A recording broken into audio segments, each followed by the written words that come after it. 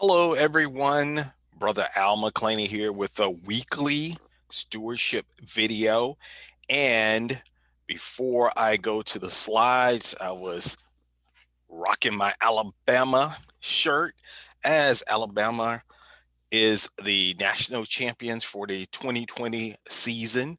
And I'll have another slide on that because I'm still celebrating that championship.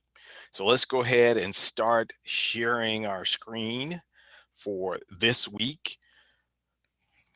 We're about to go into the Martin Luther King holiday. So by the time you see this, it may have already been celebrated, but Dr. Martin Luther King Jr. Day is coming up this Monday, a federal holiday.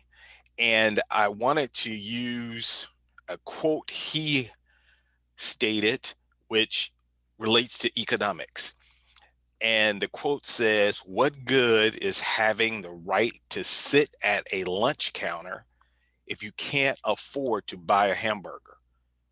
What good is having the right to sit at a lunch counter if you can't afford to buy a hamburger?" And that got me to thinking about the stock market recovery. And I came up with my own quote that said, "What good is a stock market recovery if you're not in the stock market? What good is a stock market recovery if you are not in the stock market?" Before we go to the scripture, let me read the disclaimer. No advice should be seen as a recommendation, as I am not a licensed financial advisor.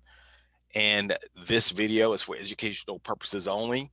And I'll repeat that because I am going to show some potential investments. Again, educational purposes only. If you choose to do those, do your own research or talk to a trusted advisor that you utilize. So from Ecclesiastes 11:4 and Amplified, he who watches the wind, waiting for all conditions to be perfect, will not sow seed, and he who looks at the clouds will not reap a harvest. I like the New Living Translation. It says, "Farmers who wait for perfect weather never plant. If they watch every cloud, they never harvest." And I look at this as a financial principle in that there's never going to be a perfect condition to begin your education into the stock market, to learn about it, or to begin investing and participating in it. So the best time to do it is right now. There was a quote I looked at that said, "The best time to have planted a tree was 10 years ago. The next best time is today." And so when I look at this next slide, which was part of my inspiration for this particular video, there was a headline that said only 33.5% of black households owned stocks in 2019. And that was from the Federal Reserve data. And that was compared to white households where the ownership rate is nearly 61%. And so African American households, black households, Hispanic, and other minorities are less likely than white families to own stock. And we've heard about the wealth gap. And I think two main factors: home ownership, which is at a higher rate in white households compared to black households, and stock ownership. And I said, well, maybe people are participating and they're not counting it when it comes to individual retirement accounts, which is the IRA, or employer sponsored 401ks. Well, when I looked at some stats on it, it still holds true to that 33%. So you're looking at the first slide here where my cursor, you see the 2019 retirement account ownership, meaning IRAs. And in orange or tan, if you will, orangey looking, that's representing black households. And then the age is underneath that. So we've got the kind of orange looking background, burnt orange or orange background, where that's black households. The blue is white. The light blue is Hispanic. And then the green is other categories, mixed in, which would include like Asian population, the Native American or Indian population from India. So you look at the blue on the under 35, you can see a little over 50% of white households. For the black households, African American, be in there, of course, it's about 30%. We go over to probably the biggest participation when it comes to individual retirement accounts, ages 35 to 54. You can see we improve a little bit, but it's about 44%, probably not quite 45% compared to over, it looks like over 65% of white households. We go to over 55 and it doesn't get any better. Now, if we take a look at employer sponsored retirement, what this depicts is in blue is the access to 401ks. The orange represents participation in 401k. So the first group, white households, looks like about a little under 70% have access to 401ks, and the looks like the number is right at 60% participate. Now here are black households. Looks like access is a little over 55%, maybe 57%. Black households have access, meaning you can participate in the 401k. It's offered at your job. And the participation rate looks like a little under 45%. If we stretch it, it may be 45, but it looks like it's about 43 or 44% compared to what's accessible or available, meaning that you have that program or you have those 401ks at your job. So this is a glaring indicator of why there was a huge recovery in the stock market, and you kept hearing a lot of news stories about the elite or the wealthy had a very good 2020, while others, of course, with job loss, that was an indicator. But while others, like the black households, did not have that type of recovery. And this 33.5% could be why. And in fact, I know that's why. So let's go back to Ecclesiastes.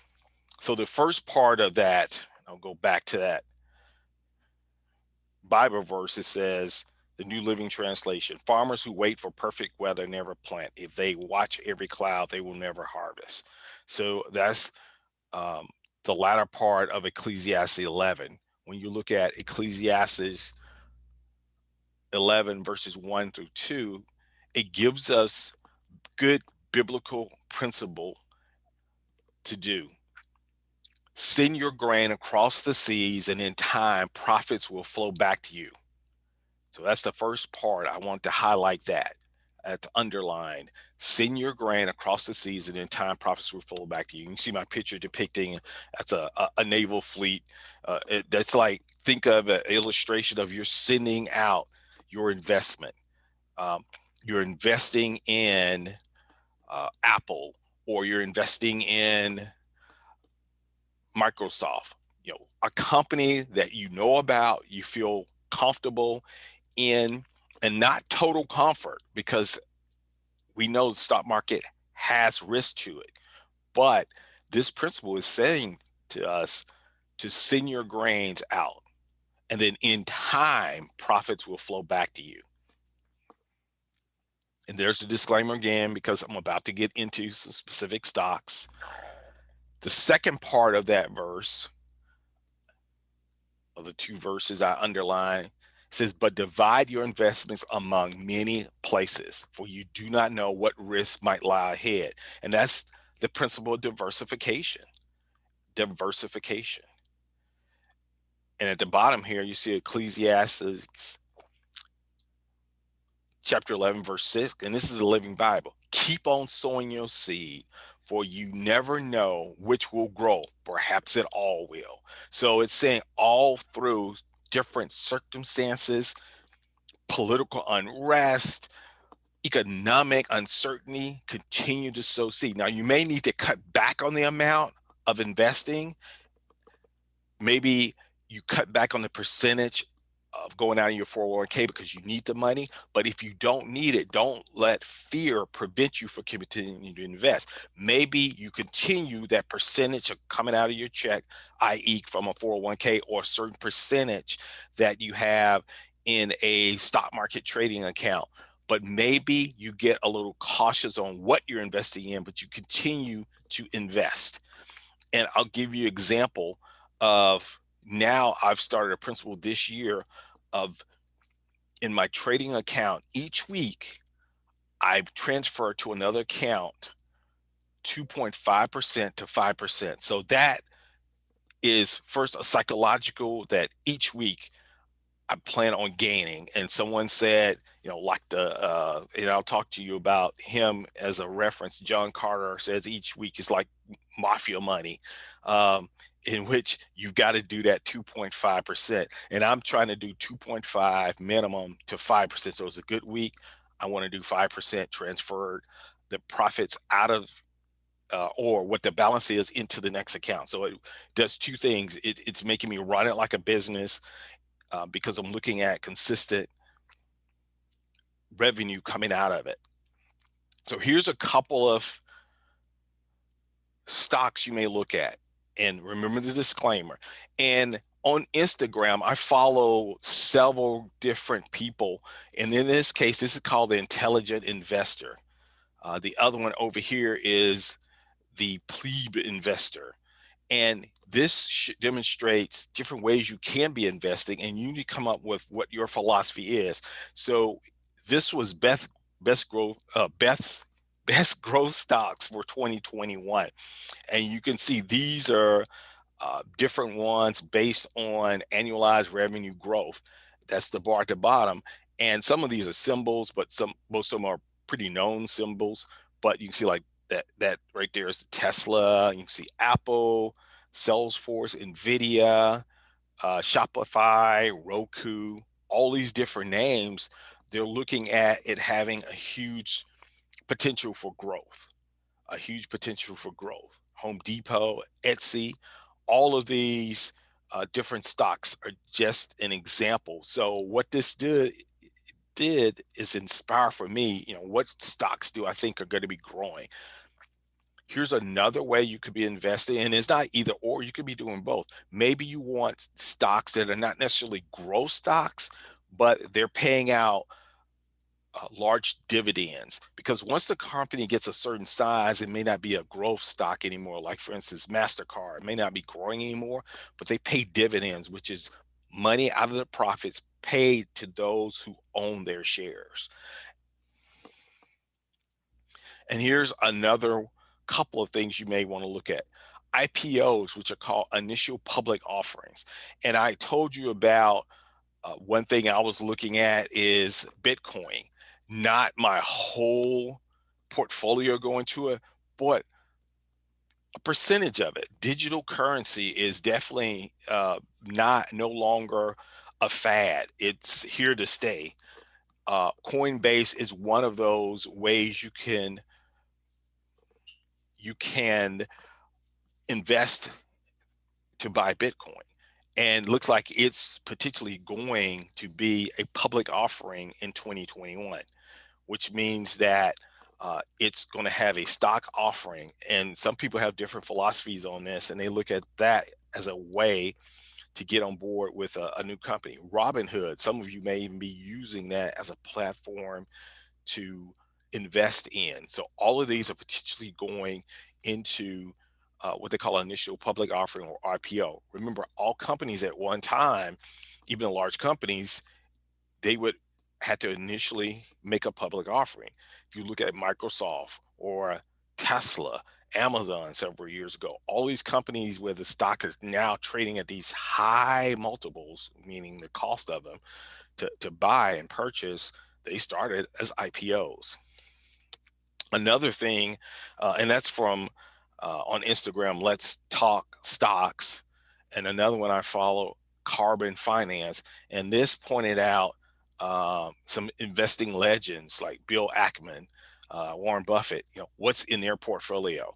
And most of these have companies where they have to reveal and publish, who's invested in their companies.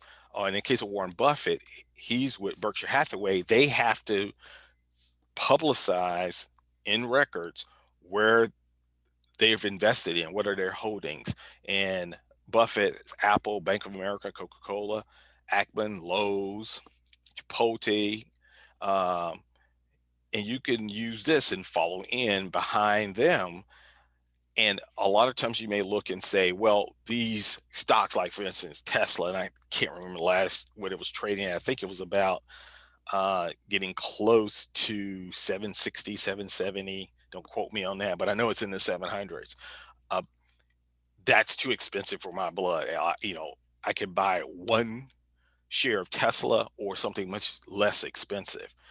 Remember, you can look at fractional shares where it's not a whole share. In the same way with Bitcoin, I think Bitcoin's up $10,000 a coin now, something like that. But you can go to a place like Coinbase and you can buy fractions of Coinbase of Bitcoin or Ethereum, uh, not the full amount. Same thing with Fidelity. Robinhood offers this. I think Charles Schwab, they do fractional shares of most companies on the S&P 500. So that's a way to participate. The last time in December, when I was getting ready for January, I told you we're about to go into, earnings seasons and being huge because, yep. So in January, they're reporting their fourth quarter results as well as a lot of them year to date.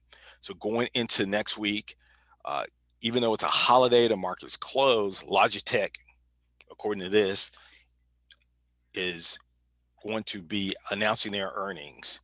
And let me throw this out there. These are always considered unofficial. You could go to that particular company's announcement to see the official, but they're pretty much accurate from earnings whisper. So next week will be huge as we start getting into Bank of America, Goldman Sachs, Charles Schwab. These are all representative of the financial arena, so we can see how is the health of the financial services. Netflix is going to give us a taste for tech as well as those streaming services. Procter and Gamble is going to let us know about discretionary consumer and staple consumer purchases. Discover, again, finance. United Airlines is going to let us know, has the airlines started to turn around? I don't think they're going to probably be reporting good earnings, but all of this will drive and have an influence on the market. So you can see we're getting into a huge section of the earnings season now, and this will go on for the next 2 to 3 weeks. So let's look at a couple of charts. Again, I'm doing some specific potential investments. No advice should be seen as recommendations. I'm not a licensed financial advisor, for educational purposes only. And I've been following this one for a couple of weeks now just to show you how it responds. And this is the Grayscale Bitcoin Trust. So this is not actual Bitcoin. It's like an exchange traded fund. We talked about those before, which is exchange traded funds act like mutual funds, but they trade daily and they move around like a stock, unlike mutual funds that you don't see their pricing until the end of the market close. So in the case of this, which has full exposure to Bitcoin, you can see it's been on a tear, and that's not unusual. There was a big sell-off that happened this week, went back up again, and then sold off. So what it's doing is starting to form support, and it's probably going to be around this area, is 37, 35. So that's actually healthy for most investments in stocks or ETFs, that if it's been on a run for a while, it's got to rest a little bit. And so that may have been a buying opportunity. Same thing here, could be a buying opportunity. You have to look at that. The other popular digital currency is Ethereum.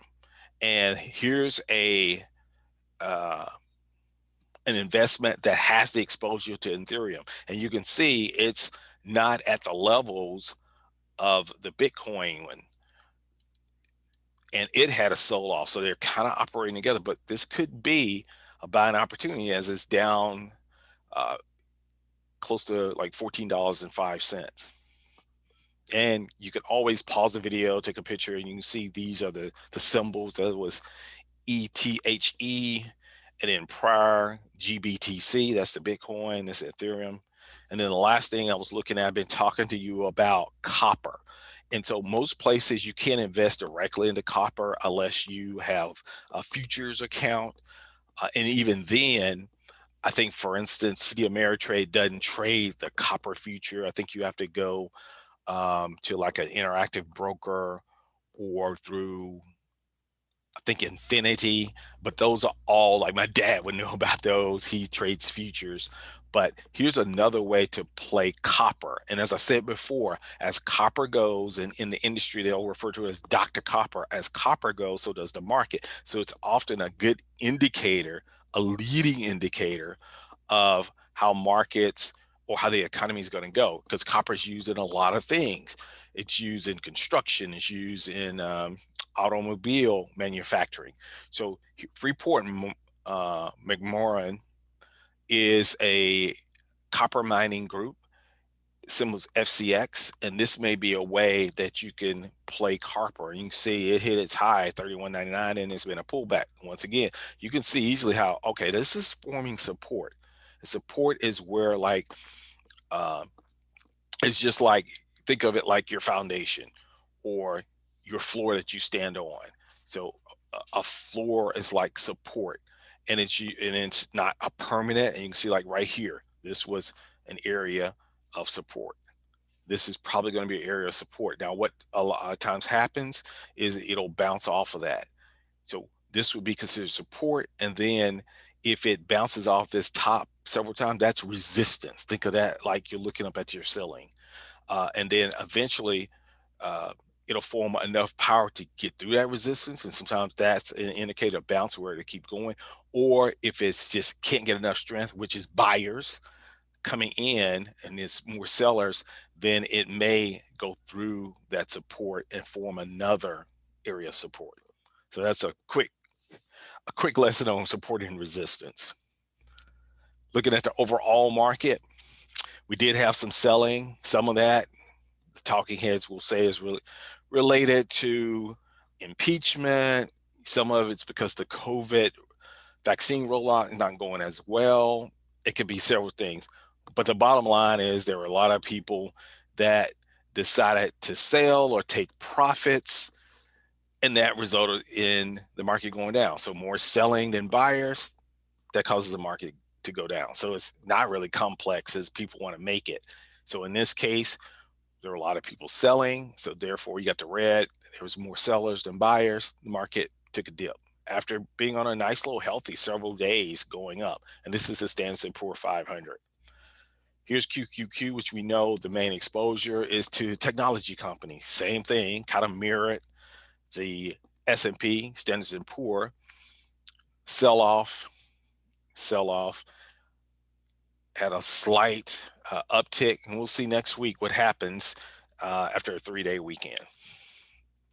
So I've offered a couple of resources, and it's still not too late that you can email me at a_McClaney@yahoo.com. You take a picture of that or just pause it, and I will send you the PDF of this Sound Mind Investing, which I have a subscription to, but they do it in a PDF form. I can send it out to you. And why is that important? So you can go out, read this article about the 10 most important financial moves for 2021. And those, you are making those decisions, because when you look through it, there's going to be about 65 recommendations, all biblically based, because this is a biblically based financial investing newsletter that goes out. Now, the next resource, John Carter, this is not biblically based, but this is, sector. This is a secular person. I don't think he is. He's never mentioned any of his videos. So John Carter he's a trader, TRADER, not the other trader. I feel you need to qualify that since what happened in the last couple of weeks, but he is a options trader who is out of Austin, Texas, and he's one of the more rock stars in the option trading arena. The other one would be a person named Tom Sosnow. So each year, and it's normally around December, he will do a video in which he talks about kind of a closeout for the previous year. So he kind of closed out 2020, and then he'll talk about what he sees and what he plans on doing in 2021. I think it's about 30, maybe about 45 minutes. Well, I put the YouTube link on here that you can take a picture of or just type that in YouTube and go out. And I tested, you can't just type in his name and it pull up. This was a link they sent out to us, those who follow him, and you can kind of go through, see what his thoughts are, and it's got some interesting things that he looks at where the market's going, and it could inspire you on certain investments. Now he will do a sales pitch at the end, but it's only like 5-10 minutes. If you want to subscribe to his services, you can just stop it at that point if you want to, but up to that point he doesn't talk anything. It's a little small bit at the very end. Then you also can go to YouTube, and his company is called Simpler Trading. You can go ahead, if you want to, type in Simpler Trading and subscribing. You see the different, they put up a lot of free material that you can do. So those are two resources available to you free, and I would encourage you to utilize them. And then last, I had my shirt on, I am going to say Roll Tide, 17 national championships for my alma mater, and came out in class of 85. So again, I think all's right with the world when we say Alabama's national champions and Roll Tide. I'll end with, remember, you can subscribe to the YouTube channel. And when I do these videos, I missed last week with technical difficulty. I'm pretty excited. I'm on a new computer with a new camera. I think the actual quality looks and sounds even better on this one. So didn't do a video last week, so you didn't miss anything.